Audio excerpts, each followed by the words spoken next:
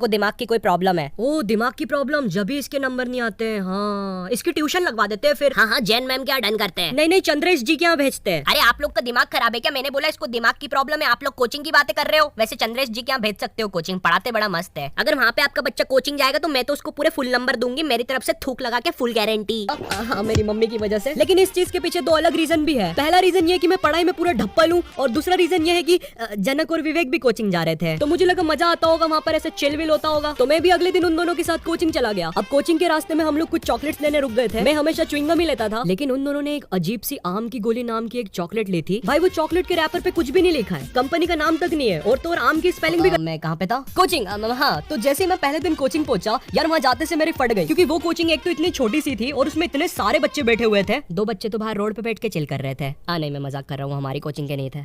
In fact वो तो coaching ही नहीं जाते थे। हे साले अनपढ़, इसको अपना क्रिकेट नहीं खिलाएंगे अपन साथ में? हाँ भाई। हम तो मेरी कोचिंग 4 से 5 बजे तक लगती थी, बट कोई बच्चा अगर 5 बजे तक अपना काम नहीं कंप्लीट करता था तो उसका टाइम एक्सटेंड हो जाता था। मतलब कि अगर तुम्हें कोई आंसर्स याद नहीं हो रहे तो तुम्हें वहाँ पे रात भर बैठना पड़ेगा। अब मुझे पता है तुम्हारे हरामी दिमाग में एक ही चीज आ रही है कि भाई मैं होता तो वहाँ से भाग जाता। तो नहीं मेरे भाई, कोचिंग के गेट के पास एक बहुत मोटा सा डॉग बैठा रहता था, और 4th क्लास में मेरे पैर कोई हुसैन बोल्ट बराबर तो था नहीं कि वहाँ से भाग जाता। भाई एक तो इतना मोटा सा था, मैं भागता तो वो भी मेरे पीछे भागता, डबल ट्रबल हो जाता। पर खैर पहला दिन काफी नॉर्मल था मेरे लिए कोचिंग का। मैं 5 बजे घर आ गया था। लेकिन 2 दिन के बाद जनक और विवेक ने कोचिंग छोड़ दी, मगर मेरी मम्मी ने मुझे कोचिंग नहीं छोड़ने दी, और फिर कोचिंग ने भी मुझे कभी 7 बजे के पहले घर नहीं छोड़ा।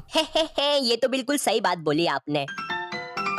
हेलो जी, वो बच्चा अभी तक घर नहीं आया है, 8 बज गए, अभी भी पढ़ रहा है क्या वो? हाँ वो अभी भी पढ़ रहा है। अच्छा ठीक है, फिर मैं उसका टिफिन भिजवा देती हूँ।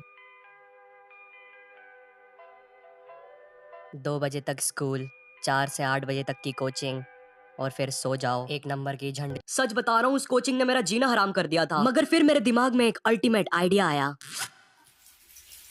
अबे यहाँ क्यों मूत रहा है?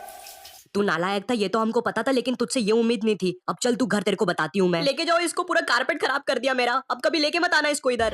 यस, मैंने सच्ची में सुसु कर दी थी कोचिंग में, और सच बताओ तो मुझे प्राउड है इस चीज पर, और मुझे लगा मेरी मम्मी को भी प्राउड होगा, क्योंकि पहली बार बिस्तर के अलावा कहीं और सुसु करी थी मैंने। मगर ऐसा कुछ भी नहीं हुआ, उल्टा मम्मी ने मुझे इतने लाफे लगाए ना। मगर वो सब चीजें कुछ भी नहीं थी, क्योंकि अब मैं जो कोचिंग जाने वाला था ना, ओ बॉय कुछ खास था उस कोचिंग के बारे में। भाई वो मैम सारे सब्जेक्ट पढ़ाती थी मेरे को, बस 200 रुपए में। है एक बार और बोलूं? हाँ रुको, मात्र 200 रुपए में। यार हमारी कोचिंग में एक खास बात थी, उस कोचिंग में गांधी जयंती और मैम के बर्थडे के टाइम पे एक भयंकर सी पार्टी होती थी। अब मुझे नहीं पता गांधी जयंती और मैम के बर्थडे के बीच में क्या संबंध है, मगर फिर भी हमारी ये भयंकर सी पार्टी देर रात शाम को 5:30 बजे स्टार्ट होती थी। पीने के लिए हमारे पास काफी प्रीमियम ड्रिंक्स रहती थी, जैसे की रसना, और बस रसना गॉड था यार रसना उस टाइम। हंस क्या रहे हो? वो कोचिंग का काफी बेस्ट होने का रीजन था उसका टाइम। मेरी कोचिंग 3 से 4 बजे तक लगती थी दोपहर में, जो की मेरी मैम का सोने का टाइम रहता था। तो मैं 3 बजे कोचिंग जाता था और मैम मुझे क्वेश्चन देकर सो जाती थी, टीवी खुला करके। सुनो मेरी बात सुनो, मैं 4th क्लास का बच्चा हूँ, मेरे सामने टीवी खुला करके मुझे बोलोगे कि पढ़ाई कर? पागल हो क्या? नहीं पागल हो क्या? और तो और भाई मैम की टीवी में इतने मजेदार चैनल आते थे ना भाई, मैंने घर पे आज तक वो चैनल्स कभी देखे तक नहीं थे। ओह वाओ, ये कौन सा चैनल है? ले जाइए फुल रूपा की मजेदार चड्डी, फुल इलास्टिक मजेदार चड्डी पहन के एकदम मजा आ जाएगा। बहन की है, बच्चे देख क्या रहा है, डायल कर 00100। नहीं डायल किया तो तेरी भी बहन की। नहीं इसको बदलो, गलत चैनल। तो मैं कोई सा भी चैनल लगा के रैंडमली देखने लग जाता था, क्योंकि टीवी तो म्यूट रहती थी। अपने इस आनंद को एक लेवल और बढ़ाने के लिए मैं मैम के बच्चे कुछ स्नैक्स भी ले लेता था, जो मैम दोपहर में खाते खाते सो गई थी। तुम्हारा नहीं पता, मगर मेरी तो फुल दोपहर बन जाती थी। फिर 4 बजे समथिंग मैम के उठने का टाइम होता था। अब उस टाइम जो क्वेश्चंस मुझे मैम ने नींद में दिए थे वो 10 मिनट में करने की तो मेरी औकात थी नहीं, इसलिए मैं बुक खोल के रैंडमली कोई भी 3 क्वेश्चंस उठा के सॉल्व करके मैम को दिखा देता था। Easy shit. और वो मैम मान भी जाती थी। भाई इनको ये भी नहीं मालूम ये फीस किसकी ले रही है। कोचिंग के टाइम अगर मैं इनके साथ 3 से 4 सो भी जाऊँ ना, भाई इनको नहीं फर्क पड़ रहा, 4 बजे मुझे चाय और पार्ले जी बिस्किट खिला के घर भी भेज देगी। पर खैर वो चीजें मेरी एग्जाम्स में दिखती थी। फिर ये सब होता